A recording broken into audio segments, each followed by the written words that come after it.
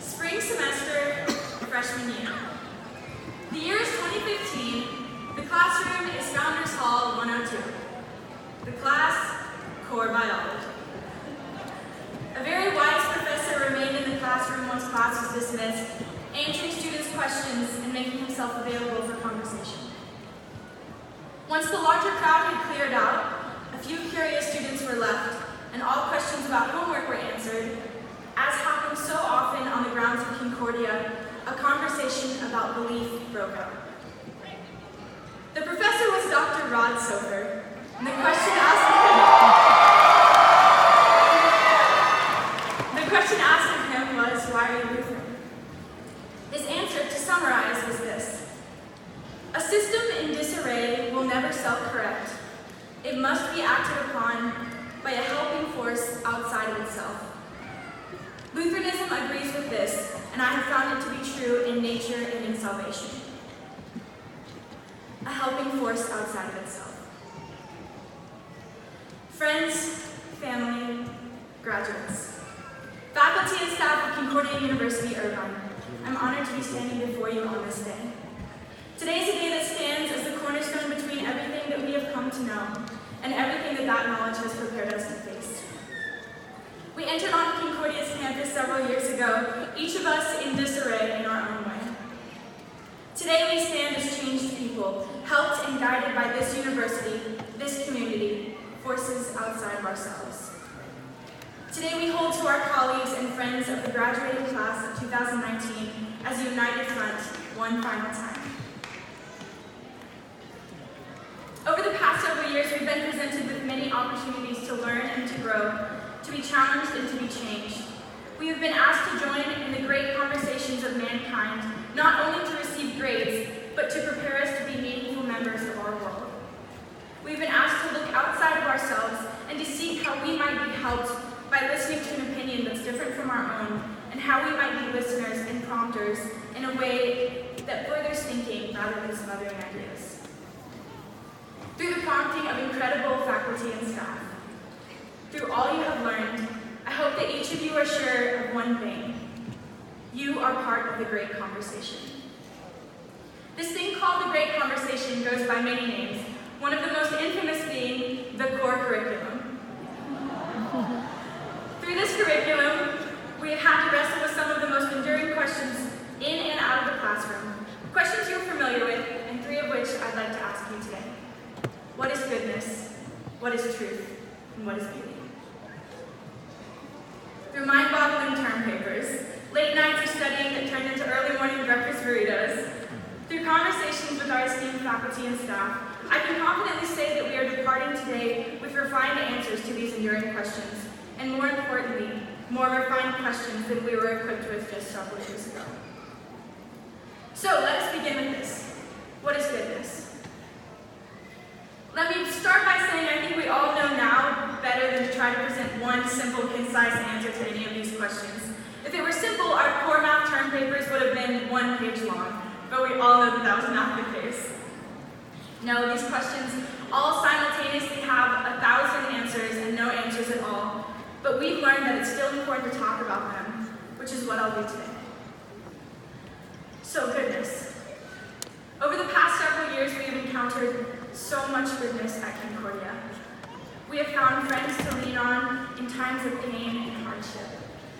We have learned from professors who give grace and withhold grace as they relentlessly seek what is good for us. We have come to know that math, philosophy, biology, theology, English, and history can guide us to a better understanding of goodness in a way that matters for how we interact with the world around us. We've been asked the question, what is truth?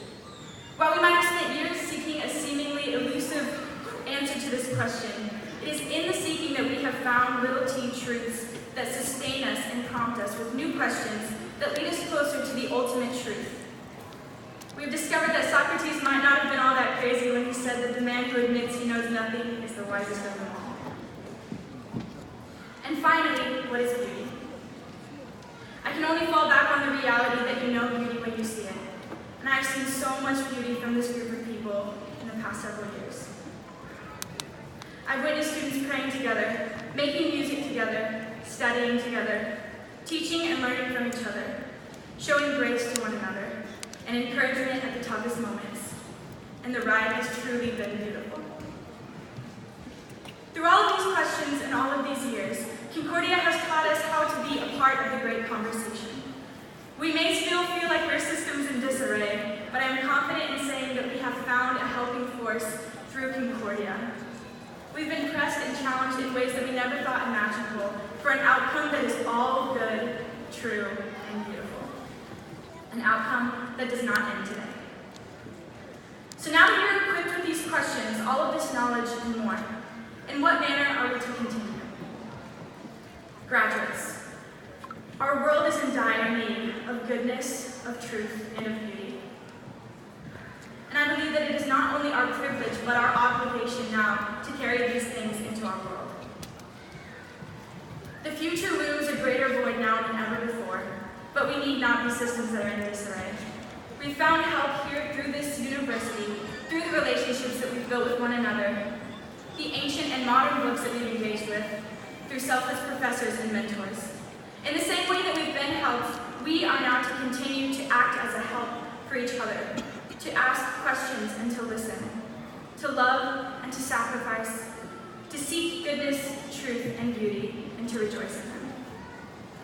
This is how we are to continue to lean on each other, to help and to seek helping forces outside of ourselves. And finally, we know that we have the ultimate helping force, a God who is the source of all things good, true, and beautiful. A God who reminds us in Isaiah 41 not to fear, saying, I am with you. Do not be dismayed, for I am your God. I will strengthen you and help you. I will uphold you with my righteous right hand. He has brought us to this place, and he has now brought us through it. That same God is not only our helper, but Scripture also in Micah 6:8 says that it is God who has shown us what is good. This verse prompts us with a question and gives us an answer, saying, and what does the Lord require of you? To act justly, and to love mercy, and to walk humbly with your God. Concordia has done well to uphold these kinds of teachings of love and humility over these past several years. Concordia has taught us about all these things and so much more, but perhaps most importantly, Concordia has taught us to ask questions, to respond with justice, to be merciful, to speak humbly, and to seek to become ever more wise, honorable, and cultivated citizens. So it is with that humility that we continue. It is with that humility and with honor that we join the ranks of alumni of Concordia University, Irvine, and with them that we bring questions, ideas, goodness, truth, and beauty into the world. So, class of 2019, let us go now and let us continue the great conversation.